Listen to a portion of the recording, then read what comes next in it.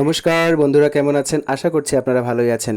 এই বর্ষার মরশুমে মুড়ি মাখা খেতে সবারই ভালো লাগে, কিন্তু খালি খালি মুড়ি কেমন একটা ব্যাপারটা যেন খুব একটা জমছে না। চলুন একটু চটকদার করা যাক। কিভাবে? একটু সুন্দর করে গরম গরম চপ ভাজা, আলু সেদ্ধ বসিয়ে দিলাম একটু নুন দিয়ে।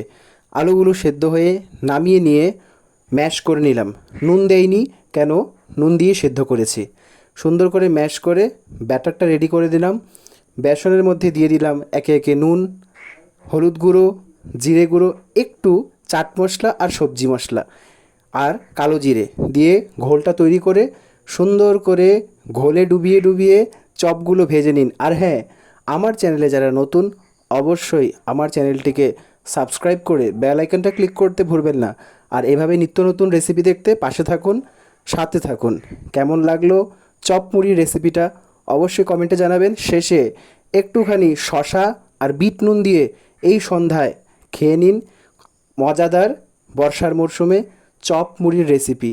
আর হ্যাঁ, সর্ষের তেলটা কিন্তু দ্বিগুণ দিতে হবে, এর স্বাদটা আরও বেড়ে যাবে। কেমন লাগলো জানাবেন। হরে কৃষ্ণা।